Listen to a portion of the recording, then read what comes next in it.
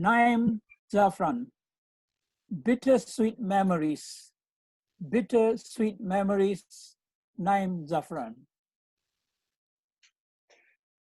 I love my grandpa, and I am sure that every single one of you here love your grandpa too.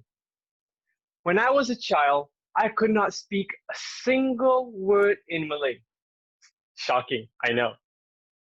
Thankfully, my grandpa was there to be the best teacher I could have ever hoped for. My grandpa was patient, fun, and he always loved to smile. He taught me all the words that I know of today. What's more interesting was that he taught me in terms of games. So we played a tremendous amount of games, and they were all educational until we eventually grew completely inseparable. However, there was one game that stood out the most.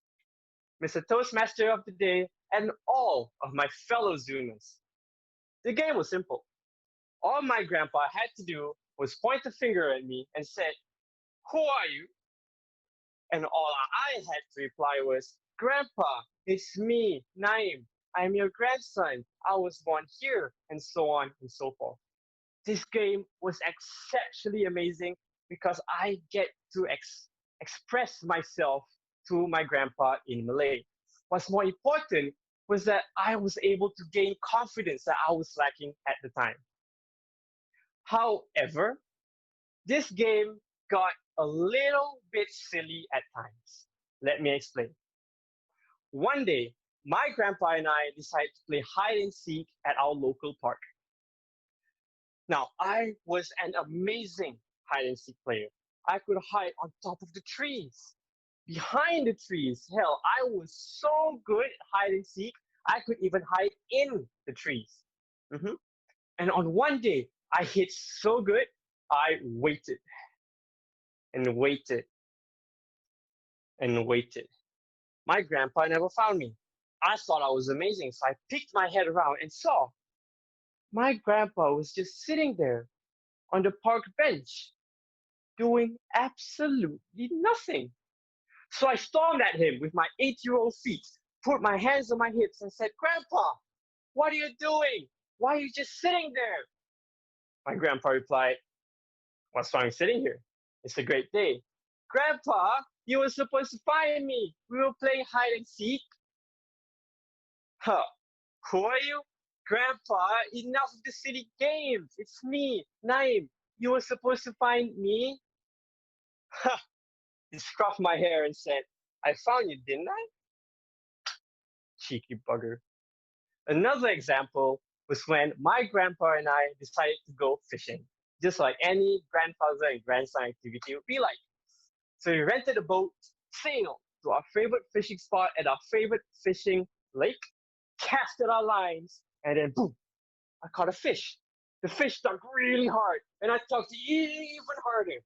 Me, being a very skinny 12-year-old boy at the time, did not stand a chance.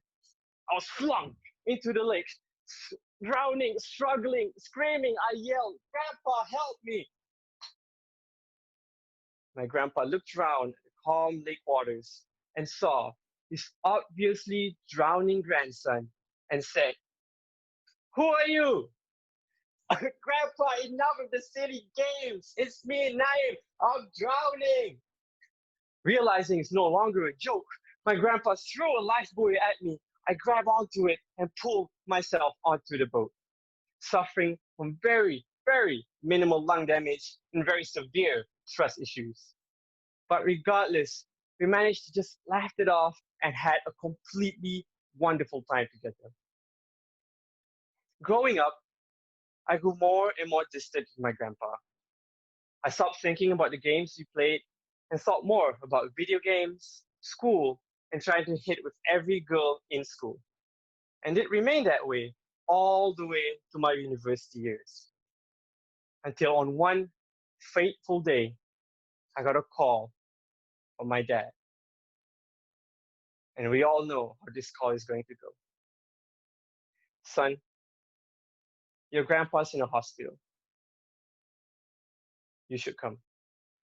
I hung up the phone, got into my car, drove as fast as I could. I reached the hospital, saw my grandpa with his eyes closed, lying on the hospital bed. I ran towards him, got on my knees, held his hand, and said, "Grandpa, wake up." And what seemed to be forever, he turned his head, opened his eyes, smilingly said the words that I longed for. "Who are you?" "Grandpa, enough with the silly games. It's me, Naim."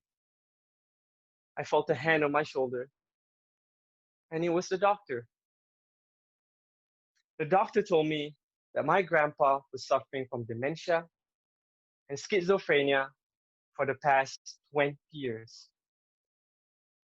What's worse is that it went completely undetected, and it remained this way through his death, surrounded by the people he loved, but with faces he could no longer recognize. And now, every time I visit his house, every time I visit our local park, and every time I go to the lake we used to fish, I couldn't stop myself from crying for not realizing it sooner. That the games we played were not only for me to express myself, but for him to remember who I was.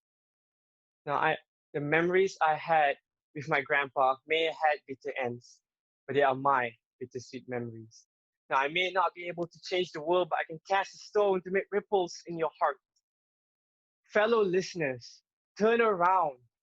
Create those silly memories with your family. Create those silly games. Create those bitter, sweet memories.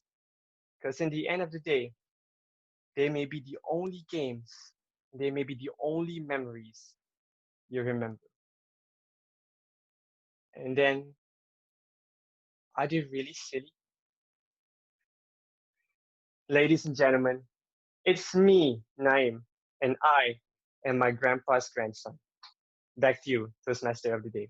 Thank you very much.